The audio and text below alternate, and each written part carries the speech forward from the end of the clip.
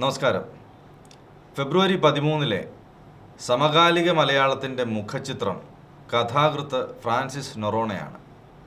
രാഷ്ട്രീയ സാംസ്കാരിക വിഷയങ്ങൾ മുഖമായി വരുന്ന വാരികയിൽ കഥാകൃത്തിൻ്റെ മുഖം വന്നത് നൊറോണയുടെ രാഷ്ട്രീയ സ്റ്റേറ്റ്മെൻറ്റുള്ള കഥയോടുള്ള താല്പര്യമായും നൊറോണ എന്ന എഴുത്തുകാരനോടുള്ള മലയാള സാഹിത്യത്തിൻ്റെ പ്രിയമായും കാണാം. കഥയുടെ പേര് ഗേയം. സ്വയം ആവർത്തിക്കാതിരിക്കാനുള്ള എഴുത്തുകാരൻ്റെ കഴിവാണ് അയാളെ മികച്ച സൃഷ്ടാവാക്കുന്നത്. നൊറോണ അതിൽ മാത്രമല്ല വിജയിച്ചത്. പുതിയ വിഷയം, ഭാഷാരീതി ഇവയോടൊപ്പം ദുർമേധസില്ലാത്ത വിധം ഒതുക്കിയെടുത്ത കഥ. അനാവശ്യമായി എഴുത്തുകാരനും കഥാപാത്രങ്ങളും ഇടപെടാത്തൊരു കഥ അധികം ഉണ്ടാവാറില്ല. കഥയിലേക്ക് വന്നാൽ, മാളിലെ എസ്കലേറ്ററിലേക്ക് കയറാൻ കഴിയാതെ നിന്ന സുഹൃത്തിനെ താഴെ ഇറക്കി ലിഫ്റ്റിൽ കയറ്റി കൊണ്ടുപോകുന്നിടത്ത് തുടങ്ങുന്ന കഥ. ജോസഫിൻ്റെ ജീവിതത്തിലെ കുഴപ്പം പിടിച്ച എന്തോ സംഗതിക്ക് പരിഹാരം തേടി സുഹൃത്തിനൊപ്പം മാളിലിരുന്ന് ചായ കുടിക്കാൻ തുടങ്ങുകയാണ്. കല്യാണം കഴിഞ്ഞ് മുതിർന്ന കുട്ടികളുള്ള രണ്ട് സുഹൃത്തുക്കൾ. മാള് പോലെ തിരക്ക് പിടിച്ച ഒരു സ്ഥലം നൽകുന്ന പ്രൈവസിയാണ് അവർക്ക് വേണ്ടത്. ജോസഫ് വിശ്വാസിയാണ്. ജോസഫിൻ്റെ മകൻ മറ്റൊരു യുവാവിനെ സ്നേഹിച്ച് ഒരുമിച്ച് കഴിയാൻ ആഗ്രഹിക്കുന്ന ഞെട്ടിപ്പിക്കുന്ന വാർത്തയാണ് സുഹൃത്തിനോട് പറയാനുള്ളത്. ജോസഫിൻ്റെ മകൻ്റെ സ്നേഹിതനെ തേടി ഇരുവരും പോകുന്നു.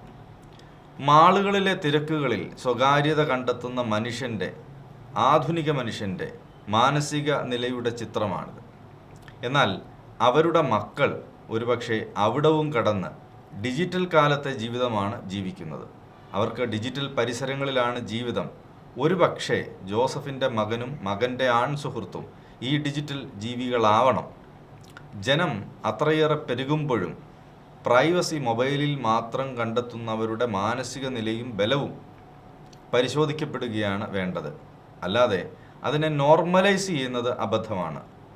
ജോസഫിൻ്റെ സുഹൃത്ത് അരിക് സ്വർണം പോലെ തിളങ്ങുന്ന ഇംഗ്ലീഷ് ബൈബിൾ സമ്മാനിച്ചത് ഓർമ്മിക്കുന്നുണ്ട് കഥയിൽ. വായിക്കപ്പെടാനും പ്രയോഗത്തിൽ വരുത്താനുമുള്ള ഗ്രന്ഥം സമ്മാനം മാത്രമായി പരിഗണിക്കപ്പെടുകയും പരിമിതപ്പെടുകയും ചെയ്യുന്നത് മാളിൽ സ്വകാര്യത കണ്ടെത്തിയ തലമുറയുടെ സവിശേഷതയാവാം. മാളിലും അവർ ഉറുമ്പിനെ കാണുന്നു. ചായക്കപ്പിലും കണ്ടു. നാട്ടിലെ മണ്ണിലാണ് ഉറുമ്പുള്ളത്. മാളിൽ ഉറുമ്പുണ്ടാകാൻ പാടില്ല.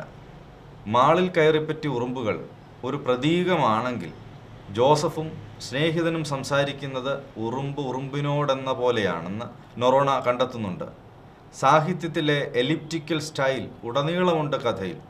പറയാതെ പലതും കൂട്ടി വായിക്കാനും വായനക്കാരൻ്റെ മനസ്സും പരിസരവും ഓർമ്മകളും ചേർത്ത് കഥ പൂരിപ്പിച്ചെടുക്കാനുമുള്ള തരത്തിൽ പാകപ്പെടുത്തിയ കഥ. ജീവിതത്തിലെ പങ്കാളികൾ ഉണ്ടായിട്ടും സുപ്രധാന കാര്യങ്ങൾ പരസ്പരം പങ്കുവെച്ച് തീരുമാനിക്കുന്ന ക്രിസ്ത്യാനിയും മുസ്ലിമുമായ രണ്ട് വ്യക്തികളുടെ ജീവിതത്തെ രണ്ട് യുവാക്കളുടെ സ്വവർഗ വിവാഹ മോഹവുമായി താരതമ്യപ്പെടുത്താനാവില്ല. കഥയിൽ പറയുന്നത് പോലെ, മകനായിട്ട് ഒന്നേ ഉള്ളൂ എനിക്ക്, അവൻ്റെ കുഞ്ഞിന് എൻ്റെ പേരിടണമെന്നായിരുന്നു ആഗ്രഹം എന്ന് വിലപിക്കുന്ന ജോസഫിനെ കഥാകൃത്ത് അവതരിപ്പിക്കുന്നുമുണ്ട്. ഇത് കഥയാണ്. ഈ കഥയിലെ മനുഷ്യരുടെ കഥ ഇതാണ്. ഗേയം ഒരു മാനസികാവസ്ഥയാണ്. അത് പുതിയ കാലം ചർച്ച ചെയ്യേണ്ടതും മനസ്സിലാക്കേണ്ടതുമാണ്. മനുഷ്യബന്ധങ്ങളെ ലൈംഗിക താല്പര്യങ്ങൾ കൊണ്ട് മാത്രം പരിഗണിക്കപ്പെടുന്നതിലെ അപകടവും യുക്തിയില്ലായ്മയും ഗേയം തന്നെ പറയുന്നുണ്ട്. മഹാരാജാസിൽ വെച്ച് വീണുപോയ ഒരുവനെ ഓർമ്മിക്കുന്നുണ്ടോ? അവൻ്റെ മുച്ചക്ര കസേര ജീവിതകാലം മുഴുവൻ ഉന്താൻ ഒരു പെണ്ണ് കൂടെ കൂടിയത് എന്തിനാണെന്നറിയാമോ? കഥയിലെ ഈ ചോദ്യം മനുഷ്യർക്കിടയിലെ ആത്മബന്ധത്തിൻ്റെ ആത്മീയതലം കണ്ടെത്താൻ ധാരാളമാണ്. മനുഷ്യൻ്റെ കുട്ടിക്കാലത്തെ അനുഭവങ്ങളിൽ നിന്നാണ് വ്യക്തി എന്ന നിലയിൽ ഒരാൾ രൂപപ്പെടുന്നത്. ബോധവും അബോധവുമായ ഭാഗങ്ങൾ മനസ്സിനെ നിർമ്മിക്കുമ്പോൾ എത്ര സങ്കീർണമാണ് വ്യക്തിയുടെ മാനസിക നില. നൊറോണ കഥയിലെ ഗേയം ഒരു കോംപ്ലക്സ് ആവാം. ഇഡിപ്പസ് കോംപ്ലക്സ് പോലെ. ഇഡിപ്പസ് കോംപ്ലക്സ് പോസിറ്റീവും നെഗറ്റീവുമായ വ്യാപ്തിയാണല്ലോ ഉള്ളത്. നെഗറ്റീവ് ഇഡിപ്പസ് കോംപ്ലക്സിൻ്റെ ഫലമായി ന്യൂറോസിസ്, പെഡോഫീലിയ, ഹോമോസെക്ഷുവാലിറ്റി ഇവയിലേക്ക് വ്യക്തികൾ നീങ്ങാം എന്ന് പറയപ്പെടുന്നു. Homosexuality is seen by Freud as result of a failed resolution of Oedipus complex എന്ന നിരീക്ഷണം കഥയുയർത്തുന്ന മാനസികാവസ്ഥയും പഠിക്കാൻ സഹായിക്കാം. ഗേയം എന്തുകൊണ്ട് മനഃശാസ്ത്രപരമായി സമീപിക്കേണ്ട കഥയാണെന്നതിൻ്റെ പ്രാധാന്യവും വ്യക്തമാണ്. അതോടൊപ്പം തന്നെ ഇതിന് മതപരവും ആത്മീയവുമായ വിശദീകരണവും ആവശ്യമാണ്. ഫ്രാൻസിസ് പാപ്പയുടെ നിലപാട് ഇക്കാര്യത്തിൽ കൃത്യമാണ്.